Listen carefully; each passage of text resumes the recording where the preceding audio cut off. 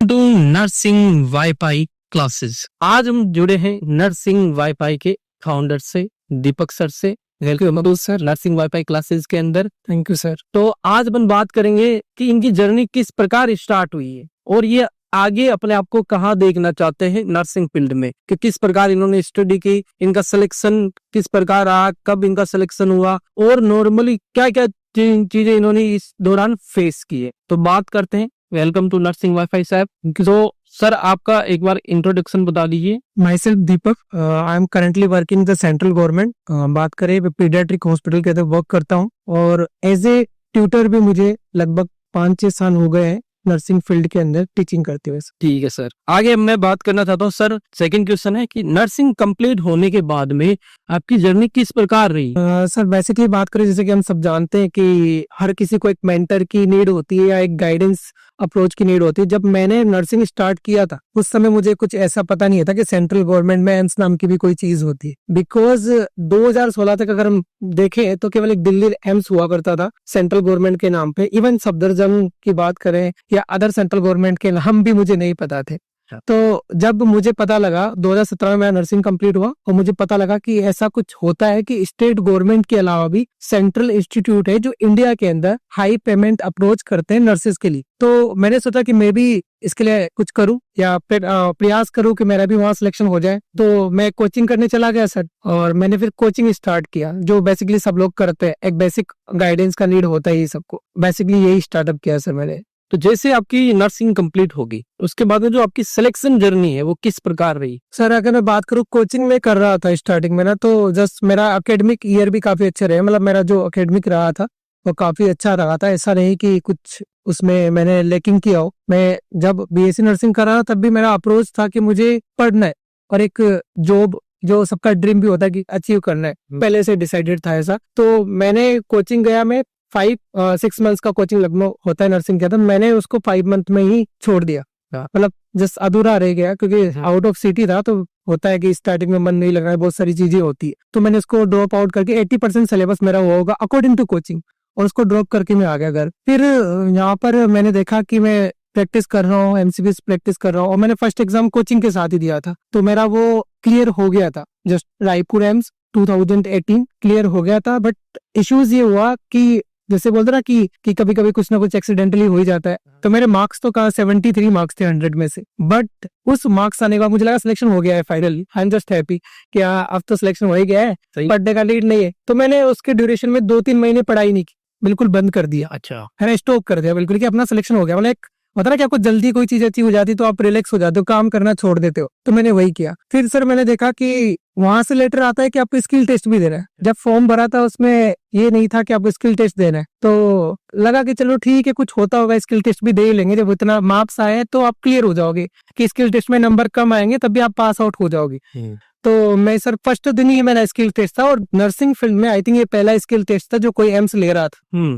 तो मैं इस स्किल टेस्ट के ले गया और मेरे एक सीनियर और थे, वो भी मेरे साथ गए। दोनों का फर्स्ट दिन स्किल टेस्ट था। हमारा जो थ्योरेटिकल पोर्शन था वो तो काफी अच्छा था, क्लिनिकल भी काफी अच्छा था। ऐसा नहीं, क्लिनिकल भी मैंने 2-3 साल किया हुआ था साथ में कॉलेज के। बट प्रॉब्लम ये होता है कि आपको स्पेसिफिक एरिया में वर्क करना होता है। कि जैसे उन्होंने मेरे को जो प्रोसीजर थे, हैंड वॉशिंग, एब्डोमिनल असेसमेंट, या बात करें कंगारू मदर के, ऐसे बहुत सारे ऑन हैंड प्रैक्टिस था, साथ में स्पोर्टिंग का। तो सर ऐसा होता है कि मेरा जो इमेज बेस वाला पोर्शन है स्पोर्टिंग, वो मैं सारा सही करके आता हूँ। आईजीएल ट्यूब, एंडोट्रेकियल ट्यूब, ये मैं सब सही करके आता। पर जो प्रोसीजर है, प्रोसीजर में ध्यान रखना होता है कि इन्फेक्शन कंट्रोल भी बैरियर होता है एक चीज, वो प्रोसीजर सर मेरे से अच्छे से नहीं हुई। तो उस वजह से मेरा वहाँ सिलेक्शन नहीं हो पाया। अच्छा, स्किल टेस्ट के बाद में स्किल टेस्ट आपका वैसा मैं 73 मेरे मार्क्स थे, यानी काफी अच्छे नंबर आए। मैं थ्योरेटिकल काफी अच्छा। नॉर्मली अगर अपन बात करें कोई सा भी एग्जाम होता है उसमें 60% ही चाहिए होते हैं। 60% में लेवल एग्जाम्स के अंदर सिलेक्शन हो जाता है। 73 काफी अच्छे मार्क्स है। और फर्स्ट एग्जाम था सर। तो उसके बाद में क्या जर्नी रही कि आपने जैसे ही फर्स्ट एग्जाम में आपको लगा कि पहले पास हो गए, फिर अपना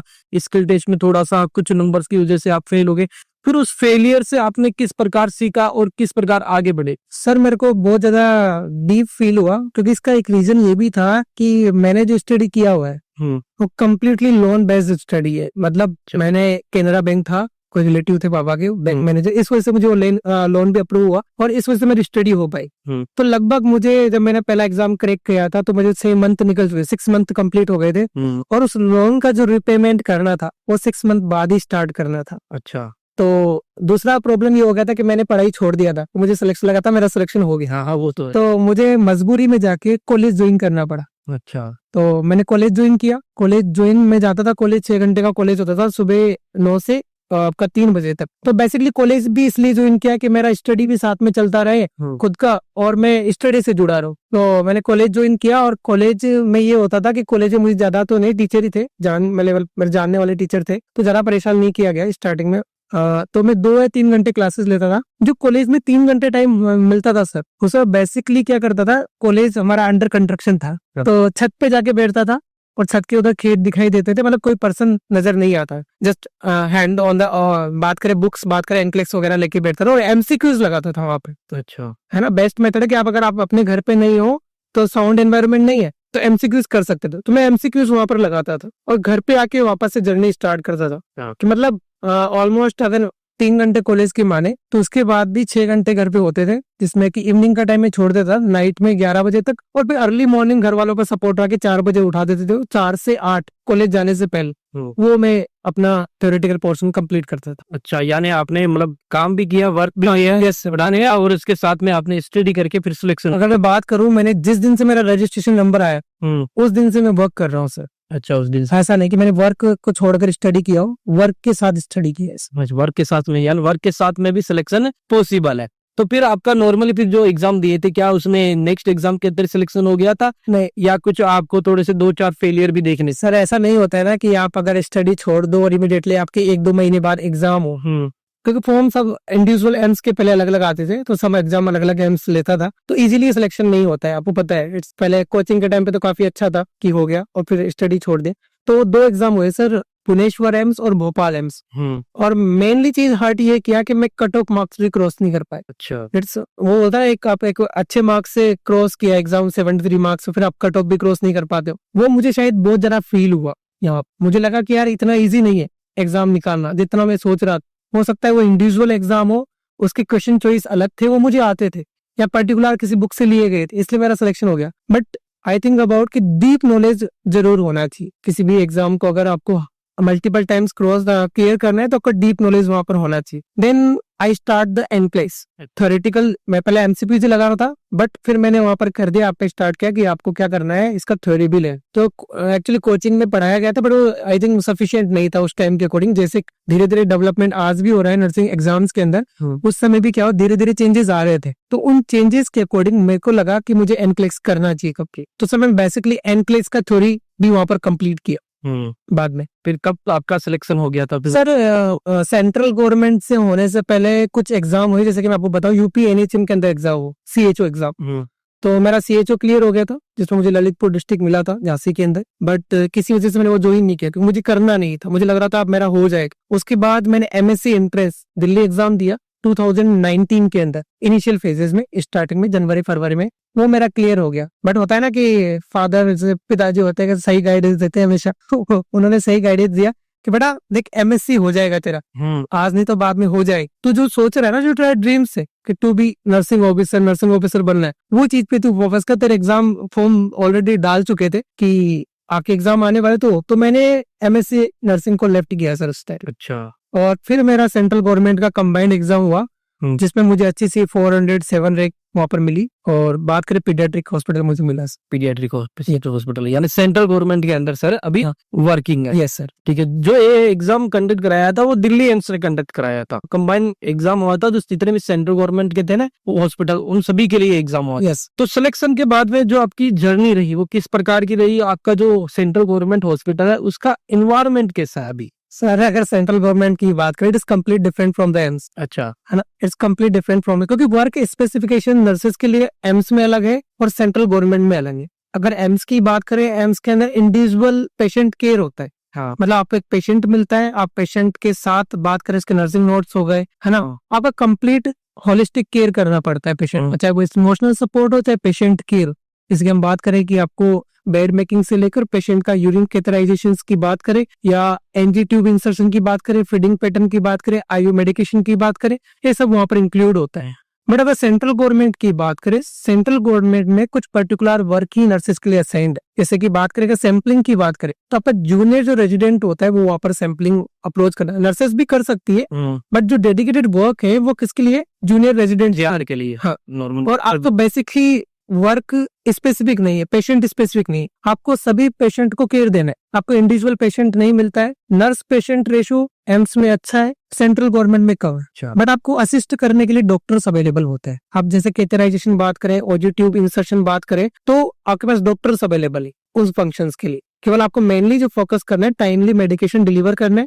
इसमें आगे फीड हो गया, मेडिकेशन हो गया, ओजी फीड्स हो गया। ये बेसिकली आप बात करें कि जो सराउंडिंग केयर है, जैसे फोटोथेरेपी दे रहे हैं या रेड एंड वार्मर पे बच्चा है, तो वो केयर हमें ध्यान देना है, वहां पर इंश्योर करना है पेशेंट हार्म ना हो। ये बेसिकली हमारा अप्रोच होता है सेंट्रल गवर्नमेंट। यानी नॉर्मली ये तो हो गया अपना जैसे वर्किंग वाला। Yes sir. और इसके अलावा जैसे एनवायरमेंट होता है, जैसे आपको स्ट्रेसफुल एनवायरमेंट लगता है या फ्रेंडली लगता है सर उसके मुकाबले? अगर सेंट्रल गवर्नमेंट की बात करूं, जो मेरा एक्सपीरियंस रहा है, अदर लोगों से मैं सुनता हूँ, मेरे फ्रेंड्स से, एम्स में जो है, there is too little bit toxicity in the AIIMS. अच्छा, थोड़ा सा है वहां पर इन बिटवीन एम्प्लॉइज ऑल्सो। जो एम्प्लॉइज नर्सेज, खुद नर्सेज एक दूसरे का सपोर्ट नहीं करती, क्योंकि इंडिविजुअल वर्क है ना, they are trying to be push the problems to other, अपनी प्रॉब्लम को दूसरे पे डालना चाहते, जो नहीं करना चाहिए। सेंट्रल गवर्नमेंट में होता है कि जो टीम वर्क है वो ज्यादा अच्छा है।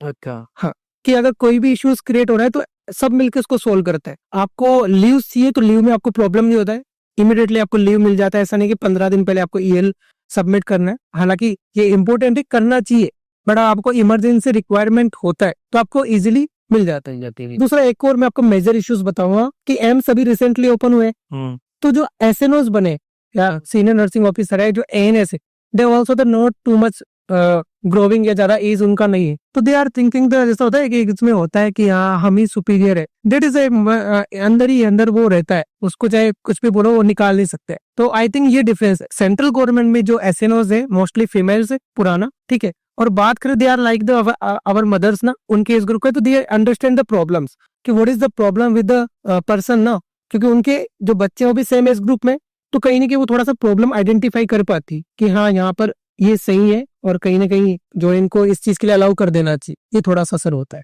तो नॉर्मली अभी अगर बात करें कि एम्स बेटर है या सेंट्रल गवर्नमेंट है? सर अगर अपॉर्चुनिटी मिलती है तो सेंट्रल गवर्नमेंट ज्वाइन करना, जहाँ तक सबसे बेस्ट सेंट्रल गवर्नमेंट है अभी के अनुसार। तो ईएसआईसी भी ज्वाइन कर सकते हैं। अच्छा, ईएसआईसी भी है। चलो सर, ये हो गई बात आपकी स्टडी के रिगार्डिंग। तो एक बात पूछनी है, जैसे आपने बताया कि आपने अनक्लिक्स स्टडी की थी बीच में, जैसे आप बोल रहे थे कि वो स्कूल जो मतलब कॉलेज थी वहां पे छत पे जाके आप स्टडी करते थे। हाँ, तो आपने अनक्लिक्स जो क्वेश्चन आंसर निकालना स्टार्ट किया वहां पे। तो अनक्लिक्स कितनी जरूरी है? कि उसकी थ्योरी पढ़ना जरूरी है या उसके क्वेश्चन आंसर प्रैक्टिस करना जरूरी है? देखो सर, अगर अभी के सिनेरियो की बात करूं, अगर आप अच्छी कोचिंग से कोचिंग ले रहे है ना, ये डिपेंड करता है कोचिंग के ऊपर। मेरा जो कोचिंग था वो इनिशियल फेज में पढ़ा रहा था, या स्टार्टअप ही था, एक तरह से कोचिंग का दौर ही स्टार्ट हुआ था उस टाइम। तो अगर हम बात करें, अगर आप अच्छी कोचिंग से कोचिंग ले रहे हो, कंटेंट स्पेसिफिक आपको डिलीवर हो रहा है, तो आपको एनक्लेस का थ्योरी पढ़ने का नीड नहीं, क्योंकि जो स्पेसिफिक कोचिंग स्टार्टअप होगा ना, अगर वो अच्छे से अपना काम कर रहे हैं, तो वो क्या करेंगे, एनक्लेक्स और जो बुक्स है, जो नॉर्मली बुक्स मार्केट में अवेलेबल है, उनके जो क्वेश्चंस है वो कहीं ना कहीं आपको उनके थ्योरेटिकल पोर्शन में देखने को मिलेंगे। बेसिक सी बात ये, तो एनक्लेक्स करने का नीड फिर नहीं होता है। अगर आप खुद से प्रैक्टिस कर रहे हो, खुद से अपने सेल्फ स्टडी कर रहे हो, तो एनक्लेक्स एक बार जरूर करना पड़ेगा। अच्छा, खुद से कर रहे हो तो एनक्लेक्स जरूर नहीं तो आजकल जो कोचिंग्स में पढ़ाया जा रहा है, जो अच्छी खासी जो लेवल की कोचिंग होती है, नॉर्मली वहां पे क्या हो रहा है, एनक्लेक्स भी इंक्लूड करके पढ़ाया जा रहा है। ये सभी कोचिंगों के लिए बात अपन कर रहे हैं। तो सर आपसे एक बात करते हैं, जैसे आपने नर्सिंग वाईफाई प्लेटफॉर्म स्टार्ट किया, यस सर, ये स्टार्ट क्यों किया आपने? हमारे जितने भी ऑडियंस है सभी को बताना। और अभी आप नर्सिंग वाईफाई को कहाँ देखना चाहते हो? क्या रीजन था स्टार्ट करने का, और आगे इसको कहाँ तक ले जाना चाहते हो? सर अगर बेसिकली बात करूं, जो नर्सिंग वाईफाई प्लेटफॉर्म था, इंस्टाग्राम जैसे स्टार्टअप ही मान लीजिए स्टार्ट हुआ था उस टाइम, तो बेसिकली लोग फेसबुक से इंस्टाग्राम पे शिफ्ट हो रहे थे, चेंज फ्रॉम द इंस्टाग्राम। तो I thought about the information group, just जैसा होता है ना कि आप व्हाट्सएप ग्रुप पे इंफॉर्मेशन शेयर करते हो, वैसे ही मैंने केवल नर्सिंग वाईफाई पे एक इन्फॉर्मेशन ग्रुप के रूप में स्टार्ट किया, तो जो भी वैकेंसीज होती थी मैं उस पर अपडेट करता था और लोग वहां से देख लेते थे कि इसका हमें फॉर्म भरना है, ताकि कोई रह ना जाए फॉर्म भरने से, फिल करने से। तो जस्ट ये जर्नी यहाँ से स्टार्ट हुई थी 2017 के अंदर ही, 2017 के अंदर ही स्टार्ट हुई थी। फिर मैं सिलेक्शन हो गया मेरा, तब भी कंटिन्यू मैं पोस्ट करता रहा अबाउट द नोटिफिकेशंस एंड बच्चों की कई बार ज्वाइनिंग प्रोसेस के अंदर, कई बार इंस्टीट्यूट सिलेक्शंस के अंदर they have so many questions, I give them advice कि हाँ आप क्या कर सकते हो, ये मैंने किया। उसके बाद हम बात करें कि मैं दिल्ली आया, दिल्ली में कोविड चल रहा था, कोविड के अंदर ही हमारा काफी कोचिंग्स थी दिल्ली के अंदर, तो मैंने just as a tutor start कर दिया।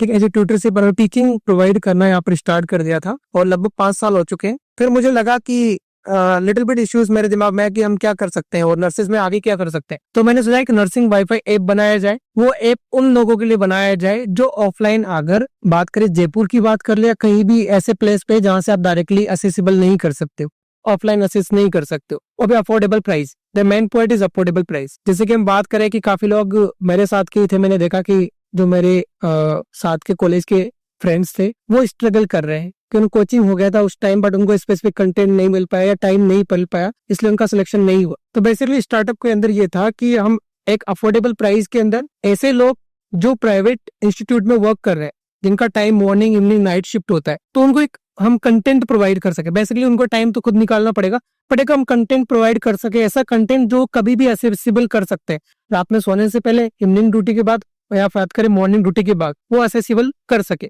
और किसके अंदर? अफोर्डेबल प्राइस के अंदर। ऐसा कोई नहीं था कि काफी ज्यादा हाई प्राइस के अंदर प्रीमियम कंटेंट डिलीवर करने का, प्रीमियम कंटेंट हो, अफोर्डेबल प्राइस। दूसरा मेरा ये था कि एनक्लेक्स में जो प्रिपरेशन है या बात करें नॉर्सेट का जो प्रिपरेशन है, वो जनरली लोग कब करते हैं? 4th ईयर कंप्लीट होने के बाद करते हैं। तो मेरा पर्पज है कि जो स्टूडेंट है वो 3rd ईयर या 4th ईयर के अंदर ही अपना प्रिपरेशन स्टार्ट कर दे, किसी से कॉलेज से पढ़ के, ताकि उसको टाइम ना लगे ना, अर्ली सक्सेस करे और भी जो लाइफ में ड्रीम्स है उनको कंप्लीट कर पाए। तो अर्ली ये मेन पॉइंट थे कि 3rd and 4th year student and the जो private colleges, private hospital colleges में जो लगे हुए हैं, उन लोगों को इजीली अफोर्डेबल प्राइस में प्रीमियम कंटेंट अवेलेबल हो और कहीं ना कहीं उनकी सक्सेस का हम एक पार्ट बने। अच्छा, यस। तो ये बात है कि नर्सिंग वाईफाई जो प्लेटफॉर्म स्टार्ट किया था वो बेसिक इंफॉर्मेशन प्रोवाइड करने के लिए किया था। बाद में ये एप्लीकेशन के तौर पे आपने इसको बना लिया ताकि जितने भी बच्चे हैं स्टूडेंट है वो अफोर्डेबल रेट, प्राइस, घर पे बैठ के स्टडी कर सके। नॉर्मल नर्सिंग वाईफाई अभी आपका premium and quality basis content provide कर रहा है। लाइव क्लासेज भी यहाँ से अवेलेबल है और बहुत जल्द शायद सर बता रहे हैं, जैसे प्रीवियस हमने बात की है, तो रिकॉर्डेड बैच भी आप बहुत जल्द अवेलेबल लेके आने वाले हो। यानी एक बात है कि बहुत ज्यादा अफोर्डेबल रेट पे आप नर्सिंग वाईफाई एप्लीकेशन से जुड़ सकते हो और आपका जो नर्सिंग ऑफिसर बनने का सपना है वो भी आप अपना साकार कर सकते हो। जितने भी टीचर्स है वो ऑलरेडी सेलेक्ट, सारे टीचर्स की बात करूं तो सब सेंट्रल गवर्नमेंट में दिल्ली के अंदर मोस्टली अगर हम बात करें, 1-2 मेडिकल ऑफिसर्स भी हमारे साथ हैं जो मेनली डील करेंगे। बात करें अगर मेडिकल सर्जिकल नर्सिंग, क्योंकि उनको थोड़ा इनफ नॉलेज होता है उस एरिया में, तो उनको स्पेसिफिक रूप से वहां पर लिया गया है इस कोचिंग इंस्टीट्यूट के अंदर। दूसरा सर ये कि मेन ये है कि आप देखोगे कोचिंग प्राइस काफी ज्यादा हाइक हो रहा है और मुझे लगता है कि इतना नीड नहीं है। दे आर बोलते हैं the promise is too much and content, same content को हाई प्राइस में, काफी हाई प्राइस में आपको देखने को मिलता है। तो ऐसे बच्चे हैं जिन्होंने बीएससी नर्सिंग कर लिया है स्कॉलरशिप बेसिस पे, उनके लिए इतना अफोर्डेबल नहीं होता कि जैसे मैंने बोला कि मुझे भी कॉलेज के साथ कॉलेज के साथ एग्जाम क्लियर करना पड़ा था। तो वैसे काफी लोग होंगे जो कॉलेज में पढ़ा रहे होंगे या हॉस्पिटल में वर्किंग कर रहे होंगे, तो उनके लिए एक अफोर्डेबल प्राइस में टाइम मैनेजमेंट के साथ, उनके अकॉर्डिंग टाइम मैनेजमेंट के साथ एक प्रीमियम कंटेंट मिल सके, यही प्रॉमिस है नर्सिंग वाईफाई का। अच्छा, चलो बढ़िया है सर। आप भी जुड़ सकते हो नर्सिंग वाईफाई एप्लीकेशन से। क्या करना है, या तो डिस्क्रिप्शन में लिंक दे रखा है, वहां से जाके डायरेक्ट आप iOS एंड एंड्रॉइड दोनों के लिए, दोनों में अंदर हमारे पास ये अवेलेबल है। तो वहां पे आप जाके क्या कर सकते हो, डायरेक्ट डाउनलोड कर सकते हो। नहीं तो आप क्या करना, स्क्रीन के ऊपर नंबर दिए होंगे सर के, वहां पे व्हाट्सएप मैसेज कर सकते हो। पर्सनल एनालिटिक भी किया जाएगा हर एक स्टूडेंट का। सर यहाँ पर एक और मैं बात करूँ, इस प्रोडक्ट के अंदर, क्लासेस के अंदर एक इनिशियल फीचर्स है कि आपको क्या मिल रहा है, डाउट ऑनलाइन सॉल्यूशन मिल रहा है। डाउट ऑनलाइन सॉल्यूशन का मतलब है कि मैंने आज आपको कोई टॉपिक पढ़ाया, आपने शाम को, ये आपका नीड है कि आपने जाके एमसीक्यू सोल्व किए, हमारे ऐप के ऊपर से एमसीक्यू सोल्व की, और आपको कोई डाउट लगता है कि मुझे नहीं समझ में आ रहा है, तो ऑन हैंड इनिशियल जब आपके पास टाइम है, इमिडिएटली आप उसको व्हाट्सएप सर्विस से हमारे असेस कर सकते हैं। और बात करें जो आपको रिजल्ट मिलेगा, आपको विद इन सेकेंड्स के अंदर उस क्वेश्चन का रैशनल बेस्ड आंसर आपको देखने को मिलेगा। It is the initial and good features in our है। अच्छा, ये डाउट सेशन भी आपने स्टार्ट किया है। Yes sir. तो इसके अलावा भी कुछ है, जैसे आप ये ओनली क्लासेज ही प्रोवाइड कर रहे हो या जैसे टेस्ट सीरीज एमसीक्यू? सर अगर हम बात करें, हम होलिस्टिक मैनर में काम कर रहे हैं, नर्सिंग के एक ही फील्ड में नहीं, जितने भी हमारे पास फील्ड चल रहे हैं, जैसे कि हम बात करें कि टेस्ट सीरीज की बात कर लेते हैं, जो भी एग्जाम होता है, डीएसएसबी हो गया या बात करें जीएमसीएच अपकमिंग एग्जाम्स है या फिर और भी जो नॉर्सेट एग्जाम है, according to exam theme, exam का जो पैटर्न रखा गया है उसी के अकॉर्डिंग यहाँ पर टेस्ट सीरीज देखने को मिलती है। अच्छा, से सर का एक बहुत अच्छा प्लान भी है, one plan for test series. आप ऐसे क्या कर सकते हो, जुड़ सकते हो। उसके अंदर क्या है, एक साल के अंदर जितने भी एग्जाम होंगे उन सभी एग्जाम के लिए पर्टिकुलर आपको टेस्ट सीरीज प्रोवाइड की जाएगी। यानी अलग अलग एग्जाम के लिए आपको टेस्ट सीरीज खरीदने की जरूरत नहीं है। एक साल के अंदर जितने भी एग्जाम होंगे उन सभी एग्जामों में अलग अलग आपको टेस्ट सीरीज प्रोवाइड की जाएगी। जैसे आरआरबी के लिए 15, नोट सेट के लिए 15 से 13 टेस्ट सीरीज, और वो भी बहुत मिनिमम रेट है। सर अगर मैं बताना चाहूँ आपको, तो हमारा 10,000 MCQs स्पेसिफिक प्लान है। अच्छा, 10,000 MCQs स्पेसिफिक प्लान का मतलब है कि आपको मोर देन 10,000 MCQs मिलेंगे, जो पहले या तो आ चुके हैं या उनसे रिलेटेड टॉपिक से कोई क्वेश्चंस बनता है जो आपका अपकमिंग एग्जाम में आ सकता है। ठीक है, अब यहाँ पर इनको डिवाइड कर दिया गया है by the number of the examination. जैसे आपका नोर सेट है, तो नोर सेट इज मेजर एग्जाम, तो उसके अंदर जो नंबर ऑफ टेस्ट है वो भी ज्यादा है, the more than 50 test including each test आपके पास 100 MCQs रहेंगे। बाकी remaining RRB, DSSB, GMCH, Chandigarh 2024 से 2025 दिसंबर तक जितने भी एग्जाम्स होंगे वो सारे एग्जाम्स आपको यहाँ पर ओनली 499 के अंदर सभी एग्जाम की अलग से स्पेसिफिक टेस्ट देखने को मिलेगी, और ये प्रॉमिस है कि मोर देन 10,000 MCQs होंगे। सर जैसे नॉर्मली अपन बात करें, मान लेते हैं कि किसी एक ईयर के अंदर 2024 से 25 का जो टाइम पीरियड है उसके अंदर 15 एग्जाम हो रहे हैं। Yes sir. तो आप नॉर्मली कितने क्वेश्चंस या कितने टेस्ट सीरीज प्रोवाइड करोगे? सर 15 करेंगे पूरी। तो हर एक एग्जाम के लिए हर major exam sir, major exams का निवांस, जिपमर, ठीक है, डीएसएसबी, जीएमसीएच, पीजीआई चंडीगढ़, ठीक है, ऐसे जो मेजर एग्जाम्स है उनकी बात करें, उन सब के अंदर स्पेसिफिक टेस्ट सीरीज आपको देखने को मिले। हर एक के अंदर 50 टेस्ट इंक्लूडेड है। तो बहुत अच्छा प्लान है, आप भी इसको बाय कर सकते हो। वही प्रोसीजर है, नॉर्मली क्या करना है, डिस्क्रिप्शन में लिंक दे रखा है, वहां से जाके, नहीं तो सर के नंबर आ जाएंगे स्क्रीन के ऊपर, तो वहां से भी जाके व्हाट्सएप मैसेज के थ्रू आप एप्लीकेशन डाउनलोड कर सकते हो। तो सर लास्ट क्वेश्चन है आज के अपने सेशन का, कि नॉर्मली जैसे थ्योरी ही जरूरी है या एमसीक्यू प्रैक्टिस प्लस उसके साथ में अपन को टेस्ट सीरीज देना भी जरूरी है? सर दोनों का अगर बात करें स्पेसिफिक इंपोर्टेंस है, स्पेसिफिक इंपोर्टेंस का बात करें कि जैसे कि एमसीक्यूज प्रैक्टिस इज बेसिकली, अगर इनिशियल फेज में आपको, ठीक है, तो आपको एमसीक्यूज तो निकालने हैं, चाहे वो एनक्लेक्स हो चाहे कोई बुक हो, यहाँ पर आपको नॉर्मल एमसीक्यूज मिल रहे हैं वो निकालने हैं। टेस्ट सीरीज का स्पेसिफिक इंपोर्टेंस होता है। इंपोर्टेंस क्या होता है कि टाइम बेस्ड मैनेजमेंट कर पाते हो आप एग्जाम पैटर्न के अकॉर्डिंग अपने एमसीक्यूज का। जैसे लाइक हम बात करें, नॉर्सेट में नया पैटर्न स्टार्ट किया है कि आपको 5 सेगमेंट के अंदर 20 क्वेश्चंस क्या करने, सोल्व करने 18 मिनट के अंदर। तो एक टाइम बेस्ड मैनेजमेंट आप कर पाते हो। एमसीक्यूज जो टेस्ट सीरीज होता है उससे क्या करते हो, आपकी 20 क्वेश्चंस को 18 मिनट में कैसे अप्रोच करते हो वो आप यहाँ पर कर पाते हो। दूसरा, क्रिटिकल ऑन हैंड साइट आपका थिंकिंग डेवलप होता है कि आपको पास, जैसे हम नॉर्मली बुक से एमसीक्यूज लगाएंगे तो हमें आंसर्स अवेलेबल है, तो भी है वो तो मोर इजी होगा, देख लेंगे एमसीक्यूज आंसर, फिर दूसरा करेंगे, फिर आंसर देखेंगे। टेस्ट सीरीज आपका रियल सिनेरियो पैटर्न पे आपको प्रैक्टिस कराता है कि आप एग्जाम में बैठे हुए हो, आपको कोई आंसर अवेलेबल नहीं है, और पहले आप क्या करो, प्रैक्टिस कर रहे हो, उसके बाद आपको वहां पर आंसर शो हो रहा है, आपका रिजल्ट शो हो रहा है, तो आप खुद का परफॉर्मेंस इवैल्यूएशन कर सकते हो कि आप किस ओर जा रहे हो। आप बिना देखे एमसीक्यू सोल्व कर पा रहे हो नहीं कर पा रहे हो। That's why the different MCQs का भी इतना इंपॉर्टेंस है जितना कि टेस्ट सीरीज का होता है। दोनों अपनी अपनी जगह कहीं ना कहीं अपना होता है। यानी ये बात हो गई कि जैसे आपने थ्योरी पढ़ी ही, फिर उसके बाद में एमसीक्यू प्रैक्टिस के बाद में टेस्ट सीरीज इसलिए जरूरी है ताकि आपका नॉर्मली टाइम मैनेजमेंट हो सके और आपका नॉर्मली क्रिटिकल थिंकिंग किस प्रकार की है एग्जाम पैटर्न, ताकि जब आप एग्जाम देने जाओ तो आराम से आपका सिलेक्शन है बिल्कुल हो जाए। तो ये थे हमारे दीपक सर जो नर्सिंग वाई-फाई के फाउंडर है, और इनकी अपन ने सिलेक्शन जर्नी देखी है। इसी प्रकार अपन और भी दूसरे जो नर्सिंग ऑफिसर है उनकी भी सिलेक्शन जर्नी देखेंगे कि उनकी जो आपकी जर्नी चली है पूरी स्टडी के बाद में, क्या फेलियर था, या फर्स्ट एग्जाम के अंदर ही सिलेक्शन हो गया, या कितने एग्जाम के अंदर फेलियर देखने के बाद में कितने एग्जाम के अंदर क्या हुआ, सिलेक्शन हुआ। तो ये सारी जर्नी अपन क्या करेंगे, नर्सिंग वाई-फाई क्लासेस के अंदर देखेंगे। तो आज के लिए इतना ही, मिलते हैं जल्द नेक्स्ट सेशन में। Thank you sir. Okay sir.